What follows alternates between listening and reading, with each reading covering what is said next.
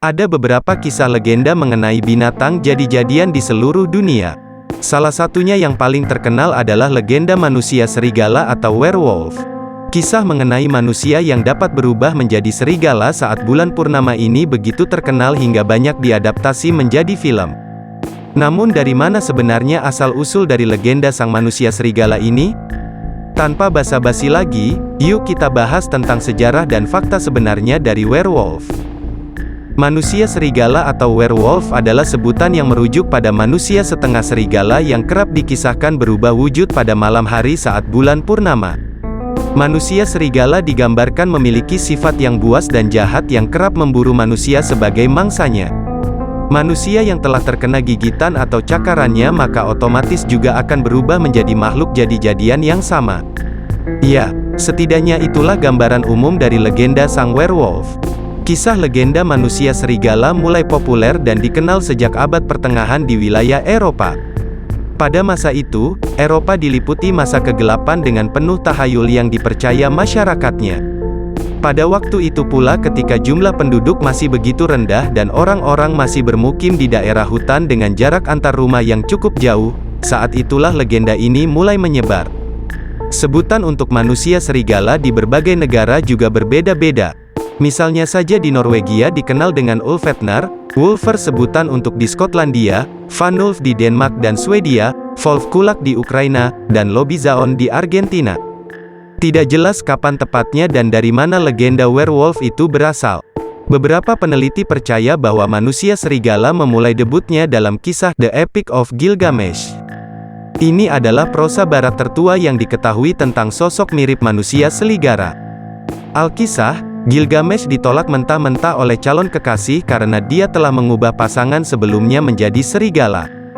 Kemunculan lainnya manusia serigala pada mitologi Yunani juga diceritakan dalam legenda Laikan. Menurut legenda, Laikan, seorang putra dari Pelasgus, membuat marah dewa tertinggi Yunani, Zeus, ketika dia menyajikan makanan yang terbuat dari sisa-sisa anak laki-laki yang dikorbankan. Sebagai hukuman, Zeus yang marah mengubah Laikan dan putranya menjadi serigala. Manusia serigala juga muncul dalam cerita rakyat Nordik awal. Saga of the Volsungs, mengisahkan tentang seorang ayah dan anak yang menemukan kulit serigala dengan kekuatan untuk mengubah manusia menjadi serigala selama 10 hari. Duo ayah dan anak itu mengenakan bulu serigala tersebut dan berubah menjadi serigala. Mereka juga melakukan pembunuhan di hutan. Amukan mereka berakhir ketika sang ayah menyerang putranya, menyebabkan luka yang mematikan. Putranya selamat karena seekor gagak yang baik hati memberi sang ayah daun dengan kekuatan penyembuhan. Berabad-abad lalu, juga banyak yang diceritakan tentang kemunculan sosok-sosok yang disebut sebagai manusia serigala. Pada tahun 1521 misalnya, dua orang Prancis bernama Pierre Bourgot dan Michel Verdun diduga bersumpah setia kepada iblis dan mengklaim memiliki salep yang mengubah mereka menjadi serigala. Setelah mengaku membunuh beberapa anak secara brutal, mereka berdua dibakar sampai mati di tiang pancang. Ada juga orang Prancis lain bernama Gilles Garnier, yang dikenal sebagai Werewolf of Dole, yang hidup pada abad ke-16. Ketenarannya juga berkaitan dengan salep yang mampu mengubah orang jadi serigala. Menurut legenda, sebagai serigala dia dengan kejam membunuh anak-anak dan memakannya. Dia juga dibakar sampai mati di tiang pancang atas kejahatannya.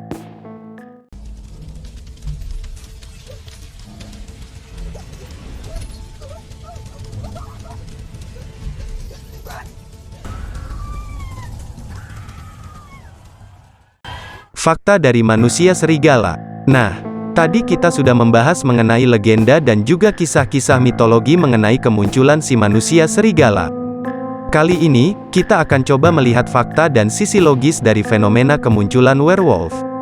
Sebelum kita mulai, ada baiknya jika kita coba melupakan sejenak tentang pendapat sejarawan mengenai legenda manusia serigala yang katanya itu merupakan kutukan kuno. Faktanya, makhluk mitos manusia serigala hanyalah hayalan dari seseorang yang mengalami delusi. Ya, dengan kata lain, manusia serigala muncul akibat seseorang mengalami sakit mental. Seperti ditulis dalam jurnal sains di laman Radio Televis Irien, yang berjudul The Science of Werewolves, ada sebuah kelainan mental yang dinamakan lycanthropy klinis yang membuat penderitanya memiliki delusi bahwa ia adalah manusia serigala. Kelainan atau penyakit ini merupakan kelainan yang sangat langka. Banyak orang yang mengalami sakit mental, sering berhalusinasi atau berdelusi bahwa ia merupakan sosok-sosok tertentu, seperti pahlawan super, dewa atau dewi, bahkan makhluk-makhluk khayalan mereka sendiri, seperti vampir dan manusia serigala. Semuanya disebabkan oleh hal yang sama, yaitu delusi akibat kelainan mental. Kenapa tanganmu?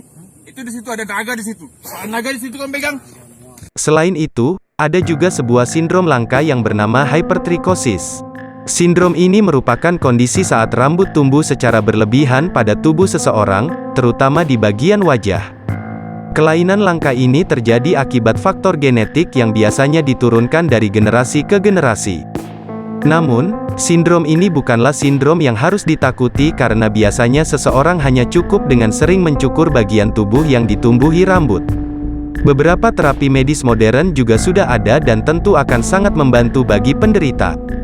Pada zaman dulu, sindrom ini sangat ditakuti. Itu akibat tahayul yang berkembang pesat di Eropa pada abad pertengahan.